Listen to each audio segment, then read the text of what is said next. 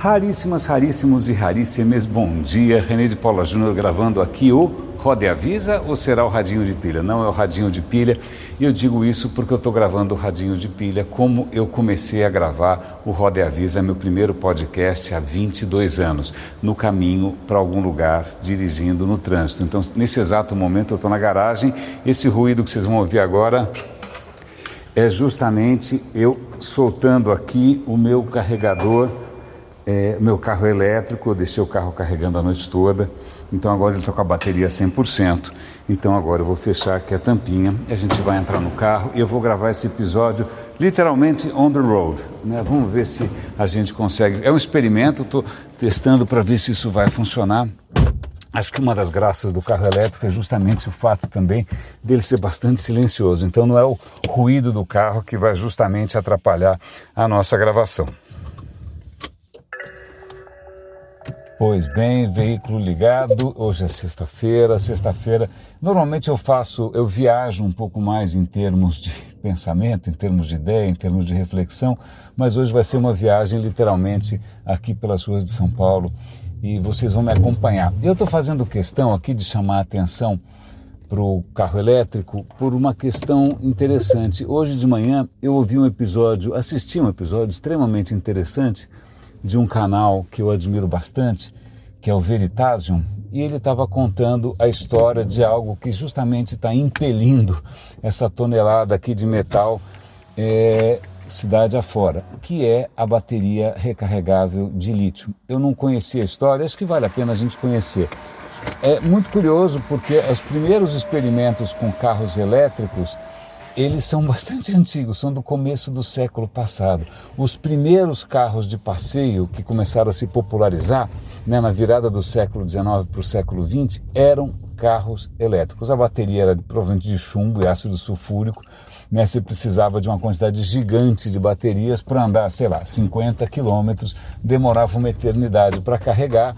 Então, legal, né? Funcionava, só que à medida que os motores a combustão foram progredindo, essa bateria acabou, né, ficando para trás, foi esquecida e o motor a combustão acabou vencendo e a gente teve o século que a gente tem o planeta que a gente tem por causa dessa incompatibilidade de engenharias, porque afinal gasolina concentra muito mais energia, né? Em alguns litros de gasolina tem muito mais energia do que quilos e quilos e quilos de baterias de chumbo. Mas o que eu realmente não sabia, eu lembro disso, na década de 70 teve uma crise do petróleo, alguma questão qualquer com os árabes, Israel, eu não lembro exatamente o que era. Eu me lembro que aqui no Brasil, para diminuir, o risco de desabastecimento, o governo não só fez um racionamento, né, você não podia abastecer o carro aos fins de semana, eu não me lembro bem as regras porque eu era pequeno, mas você também colocou limites muito mais baixos de velocidade nas estradas, você começou a favorecer carros mais econômicos, porque simplesmente o preço do petróleo tinha subido ao sabor dos caprichos dos sheiks árabes, ponto. Nos Estados Unidos, na década de 70, isso realmente eu não tinha ideia, a Exxon, que aqui no Brasil a gente conhecia como Esso, não é? Ela percebeu que esse negócio do petróleo talvez merecesse ser repensado, porque tinha uma fragilidade aí. Na época, os Estados Unidos eram muito dependentes do petróleo que vinha do mundo árabe, e eles deram carta branca para os pesquisadores, vê aí algum outro jeito de a gente, disponibilizar energia. E aí um pesquisador, não vou me lembrar o nome, eu vou dar o link para o vídeo para vocês assistirem, que está muito bem feitinho. Em 73, mais ou menos, ele começou a experimentar com baterias, e se de repente a gente ressuscitasse a história das baterias, mas uma bateria que tivesse uma capacidade maior, né, que fosse mais prática. E ele é o primeiro cara que vai descobrir que, se você quiser fazer uma bateria decente, lítio é um bom candidato, né? Lítio é interessante porque a história de metais e baterias e eletricidade é bastante antiga, né? Quando a gente, ele mesmo relembra, né, a história lá nos primórdios, né, antes da gente entender muito bem como as coisas funcionavam, você ainda tinha gente que acreditava que a vida, as criaturas vivas, elas tinham alguma coisa especial, alguma coisa que as animava, alguma coisa que as distinguia de, uma pedra, um tijolo. né? Então tinha essa coisa de energia vital, essas bobagens que deve ter muita gente por aí ainda vendendo engarrafado. Mas, pois bem, o Galvani, que era um italiano, ele estava fazendo um experimento com uma rã morta, e aí ele foi segurar a perninha da rã com dois metais diferentes, acho que bronze e aço, sei lá. Bom, esses dois metais têm uma diferença de potencial. A hora que ele botou isso na perninha da rã, a perninha da rã deu um pulinho, deu um tremelique, ele falou, nossa, meu Deus do céu, ela está morta, o que é esse momento Frankenstein aqui? Será que eu descobri a energia vital? Ele ficou com essa história de energia vital, ou seja, lá o que for, fluido vital. Mas um outro italiano, que é o Alessandro Volta, daí que vem a palavra volt, ele falou, não, desculpa, não tem nada a ver com a rã, coitada, a rã não tem nada a ver com isso. Acontece que você pode ter uma diferença de potencial entre dois metais, a culpa é dos metais, ponto. Então, tanto que a pilha, a gente chama de pilha voltaica, a gente chama volt, né, vem dessa história. Então a gente já sabia que metais, né, diferentes metais poderiam dar origem a uma tensão elétrica. Ok. Mas lítio é um metal bizarro, né, bizarríssimo, porque primeiro que ele boia, a densidade do lítio é metade da densidade da água. Segundo que você corta ele com uma faca porque ele é praticamente uma manteiga, né? Ele não é raro, ele é difícil de extrair, né, mas o primeiro experimento que foi feito com lítio e um outro composto de titânio e enxofre, né, esse cientista da Exxon, ele conseguiu uma tensão razoável, não era muito alta, era um ponto, como é que era a história? As pilhas normais que eram feitas, o que é pilha Rayovac, pilha Duracell, né, elas tinham uma tensão de mais ou menos 1 volt, 1.2, 1.3 volts, né, essa pilha dele alcançava o dobro praticamente, mas, era altamente inflamável, era super perigoso, a substância que ele tinha que usar ali, o eletrólito, era super volátil, o negócio era muito arriscado. Mas mesmo assim, o pessoal da Exxon gostou da ideia, deram carta branca, o cara tinha um laboratório incrível para testar, mas aí acabou a crise do petróleo.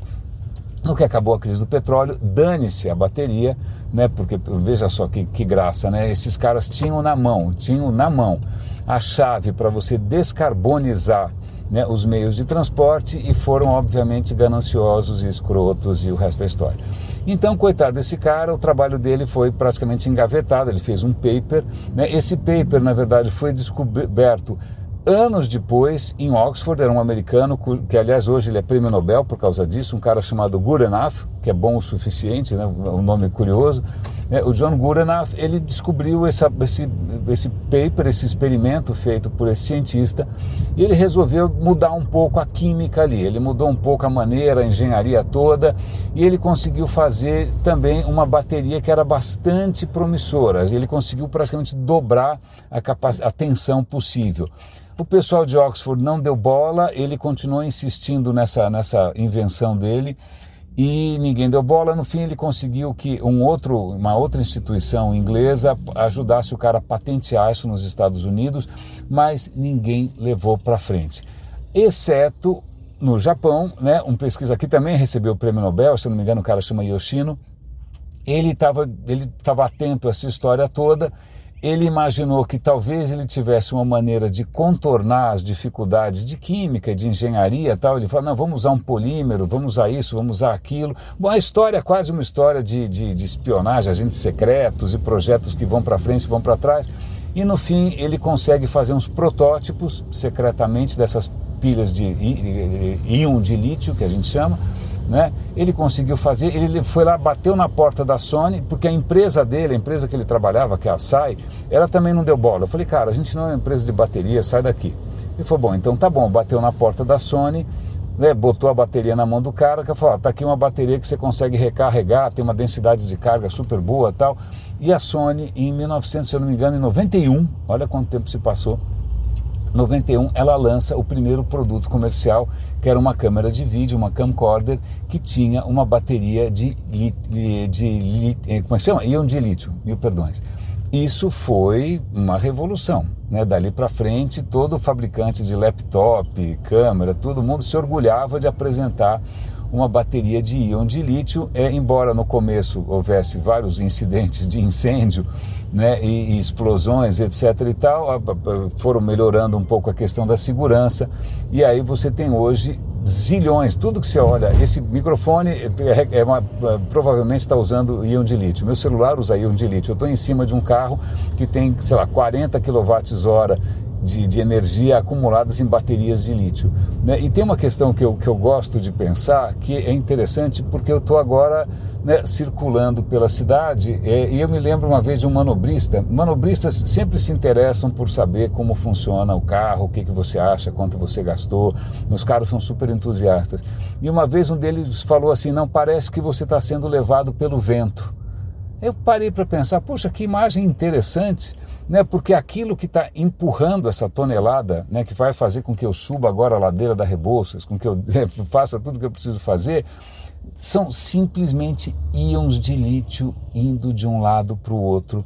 E quando foram todos para aquele lado, lá vou eu para casa, coloco na tomada, empurro eles para um outro lado. Então veja, os íons de lítio dentro do meu carro, né, a força que os impele, né, a energia que eles têm para sair de um lado e ir para o outro, são capazes de me empurrar aqui, estrada fora. E eu acho isso extremamente interessante. É claro que a gente poderia pensar também com um pouco de poesia no motor a combustão, né, porque afinal o que está acontecendo ali são moléculas que foram formadas porque a natureza foi acumulando a energia do Sol e conseguiu construir moléculas que, quando você, né, dá as condições certas, elas devolvem essa energia do Sol. Então, quando você tem um carro a combustão, você está simplesmente liberando de novo a energia do Sol, que foi acumulada há muito tempo, né? Mas com isso também, né, tem uma série de outras coisas, tem gases de efeito estufa, tem fuligem, tem barulho.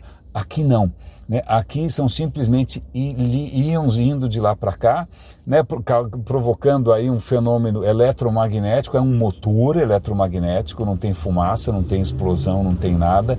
Eu estou sendo soprado aqui pela força de íons se deslocando. Mas aí a gente pensa que bom, em algum momento, daqui a, sei lá, 300 quilômetros, eu vou ter que carregar meu carro de novo. E de onde vem essa energia? No Brasil, felizmente, essa energia vem de uma matriz bastante limpa comparada com outros países, né? A matriz muitas vezes é hidroelétrica, né? A gente também tem o número de painéis solares crescendo por aí, só aumenta. Mas veja, ok, painel solar é energia solar, certo? Certo. Sobre cada metro quadrado do solo da Terra incide, num bom dia, 1000 watts. Então são 1000 watts por metro quadrado. A bateria tem uma eficiência, o painel solar tem uma eficiência aí um pouquinho abaixo de 20. Então a cada metro quadrado você consegue uns 200 watts. Né? Está o tempo inteiro vindo de graça. Mas se a gente parar para pensar também numa represa, numa energia hidrelétrica, o que faz com que a água evapore e vire chuva e se acumule e vá para os rios e vá para uma represa? É a luz do sol, né? Se não fosse a luz do sol, essa água toda estava congelada.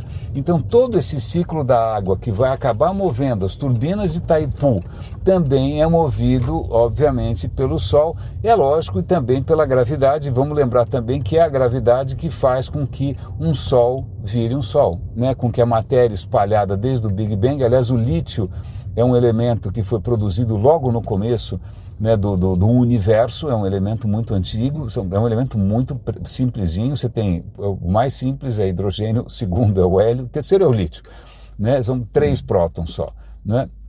Ele é muito antigo, mas veja, o que acende uma estrela é justamente a força paciente da gravidade, né? E isso libera essa energia. Eu estou com essa história toda de energia, não porque eu estou especialmente místico, vocês sabem que eu sou particularmente avesso a essa abordagem meio mambo-jambo de energia, mas porque para tentar pensar nessa ideia de um fluxo contínuo. O Sol está há alguns bilhões de anos, né, bombardeando a gente o tempo todo com energia, né? Essa energia poderia, se fosse um planeta, sei lá, como, fala qualquer outro aí, se fosse um planeta como Mercúrio, não ia acontecer nada.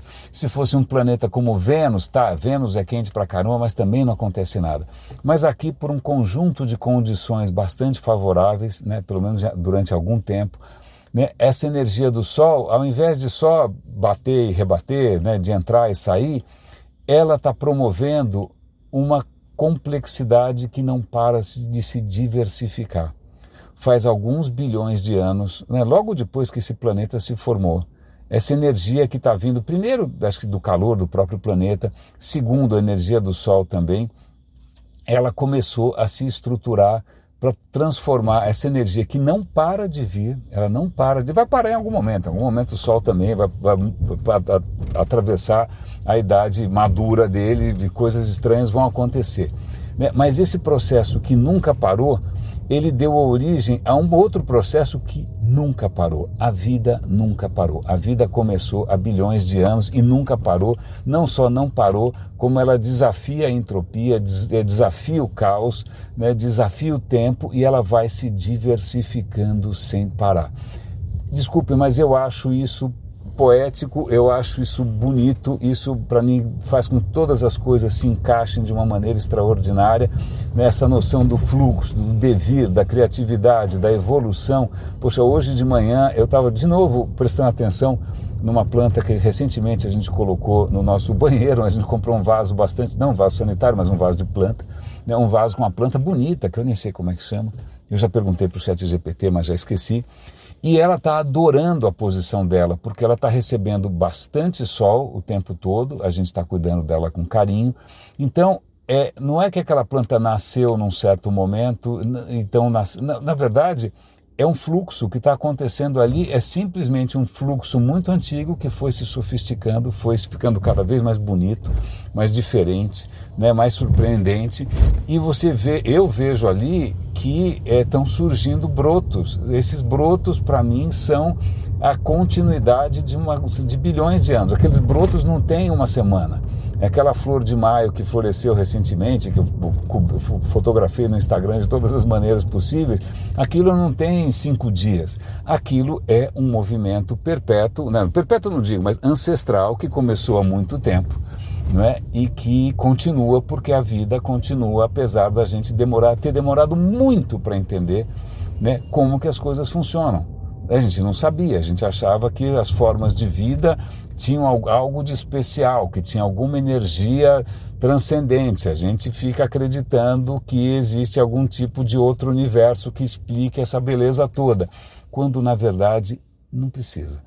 Não precisa, o universo se explica por si só, o universo se basta por si só. Não tem nem onde enfiar outra coisa, né? Onde você quer enfiar outro mundo, onde você quer enfiar entidades, sei lá o que, metafísicas, onde, cadê? Né? Não tem onde colocar, né? Porque esse mundo está o tempo todo desabrochando diante dos nossos olhos, e isso para mim é uma fonte de emoção que eu acho que eu gostaria de ser capaz de comunicar melhor. Talvez se eu fosse, sei lá, o Caetano Veloso, Guilherme Arantes, né, e fosse fazer, quem sabe, uma canção, o Trem das Cores, Planeta Água, né, Terra, quem sabe eu conseguisse ser um pouquinho mais convincente, porque eu volto para uma questão que eu acho que pontuou essa semana para mim, que foi aquele livro Os Quatro Cavaleiros, né, que eram os 4 ateus mais famosos do mundo, não é?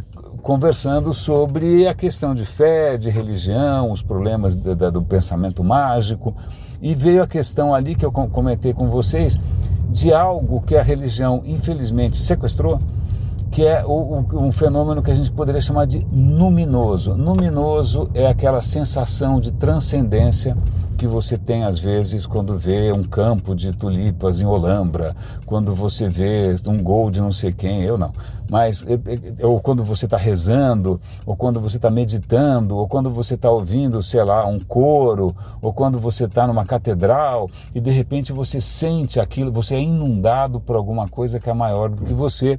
E o que acontece é que isso não é monopólio de religião nenhuma, né? Na verdade, acho que todas, na verdade, se alimentam dessa mesma energia, mas isso é anterior a qualquer religião organizada, é anterior a Bíblias e Corões e sei lá o que, Torás, não é?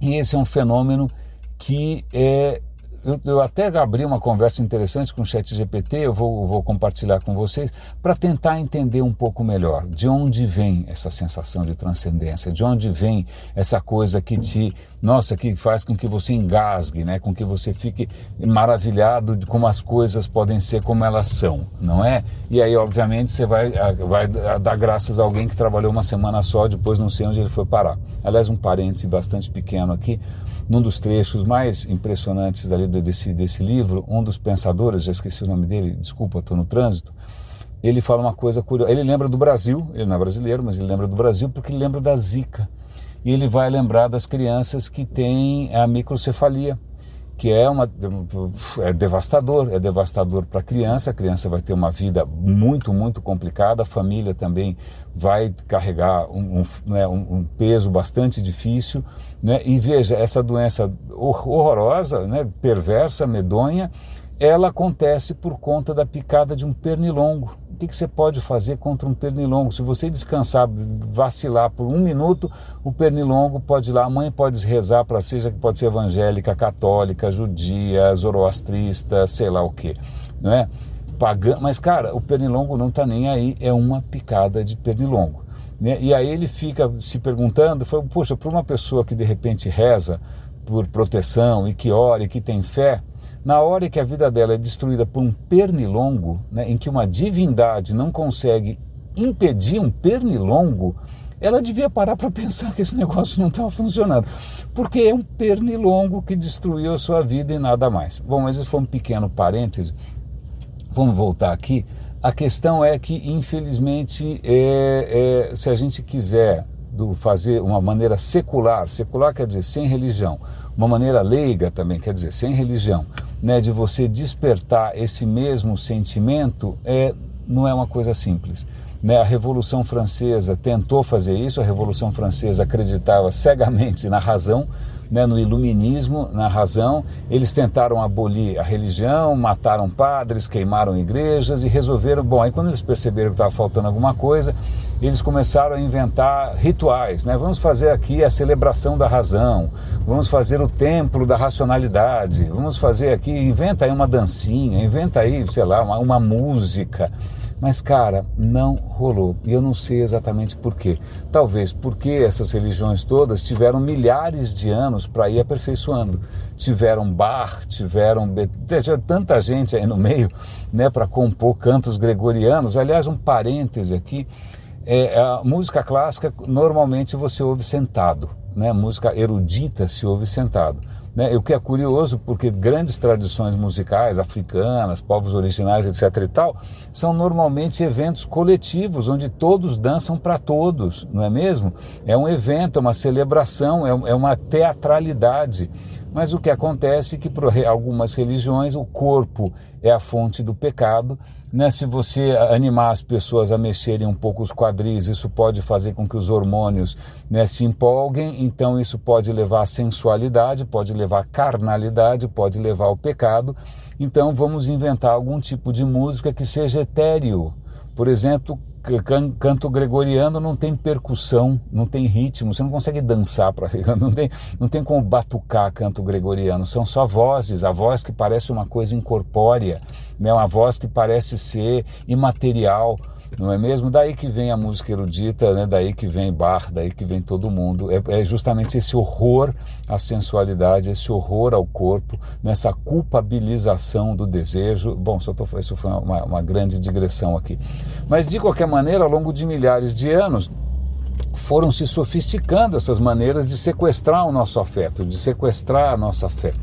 Mas é lógico que a gente pode, e acho que muitos de vocês devem considerar isso uma questão de foro íntimo, mas não necessariamente, porque, veja, você tem, e aliás vou dar o link para uma conversa bastante interessante do ChatGPT, com o ChatGPT, sobre a ligação de algumas religiões com o fascismo. Né? O catolicismo foi muito cúmplice ali, uma cumplicidade um pouco complicada com o Mussolini, que é o pai do fascismo. Né? O Mussolini era ateu, mas aí ele percebeu que assim, a igreja não ia dar nada certo. Aí foi o Mussolini que inventou a história do Estado do Vaticano, né? O Papa ficou felizão e passou a apoiar o Mussolini. Quando o Hitler também não estava nem aí para Cristo, né? Para religião nenhuma de origem judaica, né? Mas aí, num certo momento, ele também faz um pacto com a Igreja Católica, porque, afinal, a Igreja Católica estava com medo da perseguição.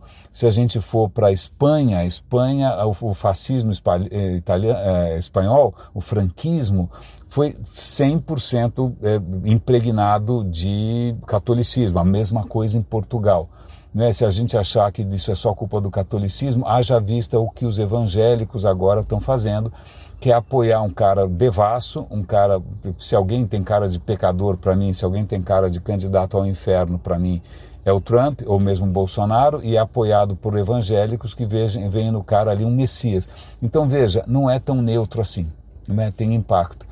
Sobretudo agora, quando nos Estados Unidos, e isso são notícias que aconteceram essa semana, em nome, né, sei lá exatamente do que, muitas vezes em nome da fé, em nome de crenças, em nome de preconceitos, o governo americano está simplesmente jogando no lixo, né, toda a legislação ambiental. Ele começou a sabotar a questão dos painéis solares, veja, começa a afetar inclusive o processo de descarbonização, aquilo que poderia ser a salvação da humanidade, ou pelo menos desse nível de vida que a gente quer, pela ciência e pela engenharia, está sendo sabotado por questões muitas vezes apoiadas por líderes religiosos que desconfiam da ciência, que desconfiam da razão, que desconfiam da academia, né, e que vão colocar outras coisas bastante questionáveis no lugar.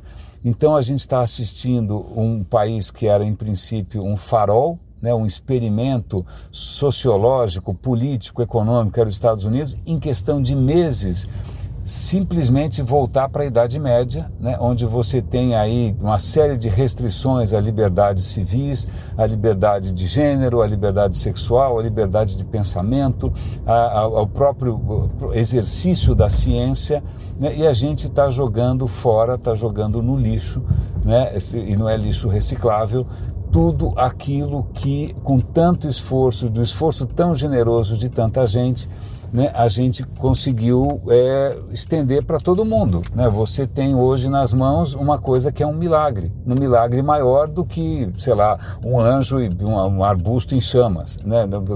Cara, na boa, é um milagre muito maior. A gente tem hoje um entendimento do universo muito maior do que imaginar que tudo foi feito em uma semana e que o mundo começou há 6.000 anos. Né? A gente sabe hoje que tem bilhões e bilhões de galáxias com bilhões e bilhões de estrelas em cada uma. A gente consegue entender a genética, a gente consegue entender os átomos, a gente consegue entender tanta coisa. Mas, curiosamente, mesmo a gente olhando para a máquina do mundo e vendo a maravilha que são esses fluxos de energia, de evolução, de diversidade, a gente ainda acaba sendo sequestrado por esse sequestro do nosso afeto, dessa sensação luminosa, por pensamentos que são bastante retrógrados. Então, veja, não é uma questão tão neutra assim. Raríssimas, isso é raríssimo, quase nunca acontece, mas eu estou colocando aqui um adendo a esse episódio que eu acabei de gravar, porque na volta desse meu percurso, deixa eu acabar de estacionar o carro aqui, na volta desse meu percurso, eu vim ouvindo um episódio do Science Friday, que vocês sabem que eu adoro, eu apoio inclusive o Science Friday financeiramente, assim como o 14 super raríssimos apoiam aqui o Radinho, mas o Ara Fleiro estava conversando com um pesquisador que tem um trabalho interessantíssimo sobre Alzheimer. Alzheimer é uma doença devastadora, que ninguém entende direito, os progressos são muito pequenos, e por uma extrema coincidência, a gente estava falando de lítio aqui o tempo todo, né, ao longo do caminho. Por uma extrema coincidência, eles estão descobrindo que o lítio, o metabolismo do lítio, que ninguém leva a sério, achavam que era algum remédio para gente bipolar só, que o metabolismo do lítio pode... Perdão, engasguei aqui. O metabolismo do lítio pode ser importante no desenvolvimento de sintomas de Alzheimer. A pesquisa está sendo feita desde células de animais e laboratórios e cérebros de pessoas que tiveram Alzheimer, e as pistas são muito importantes. Tudo indica que se a gente entender melhor como a gente processa o lítio, isso pode ser uma esperança para uma doença que realmente, por enquanto, não tem perspectiva nenhuma, a não ser tratamentos com um efeito muito limitado. Mas o que me fez realmente gravar esse adendo aqui é porque esse pesquisador que está com esse trabalho, puxa, que pode ser revolucionário, eu fico imaginando quantas famílias devem estar empolgadas com essa notícia. Esse trabalho está sendo suspenso, esse trabalho está sendo cancelado porque o governo do Trump está suspendendo por razões ideológicas e também, às vezes, até por razões religiosas, né, o investimento em pesquisa em Harvard. Eles perderam o dinheiro, eles vão ter que suspender a pesquisa. Veja só o impacto que isso tem. Então, só uma coincidência triste, na verdade, quer dizer, alegre por um lado, triste por outra, mas que eu acho que é uma extrema coincidência. Agora eu vou entrar no elevador e a gente continua com o episódio no finalzinho dele. Né, é lógico que o brasileiro ainda deixa eu só ver o que eu faço aqui para não atrapalhar muitas pessoas. Eu tenho que agora achar um jeito de conseguir entrar nessa vaga sem atrapalhar muita gente. Eu estou chegando aqui no meu destino. Eu acho que felizmente deu tempo de conseguir coordenar meus pensamentos de uma maneira razoável. Eu vou pedir agora para abrirem a garagem. Eu agradeço imensamente a companhia de vocês. Cuidem-se, por favor. Um grande abraço e até segunda-feira. Eu vou deixar vocês com o som da feira, né? Eu fui hoje à feira de manhã comprar caldo de cana, comprar pastel, e aquela feira que é justamente a demonstração de tudo que é... Olá, você pode abrir a garagem para mim, meu anjo? Oi. Você pode abrir a garagem para mim? Eu estou indo no apartamento 17, Renê. Isso. Obrigado, muito gentil. Então, a feira que é justamente a prova cabal daquilo que a natureza consegue fazer sozinha e a gente consegue trazer para a mesa de todo mundo, né, para prover ali uma alimentação digna. Aliás, uma experiência que deve estar se perdendo na cidade, que é uma experiência social, alegre, né, uma experiência de convívio, uma experiência de descoberta. Raríssimos e raríssimos. Cuidem-se, por favor. Um grande abraço e até amanhã. Até segunda. Leva aí, faz o legume, Vamos pegando, vamos levar! Faz aí, faz o legume. Olha, o cara paga tudo aqui. Ele agradece. A diferença de preço é enorme. Bora! Pega dois, agora é 5 reais aí, vamos aí. Segunda-feira esse vem todo assim, ó.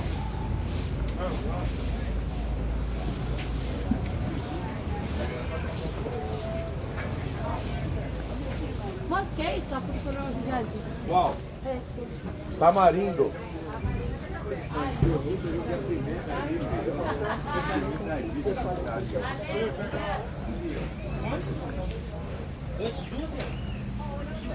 Ah, tá.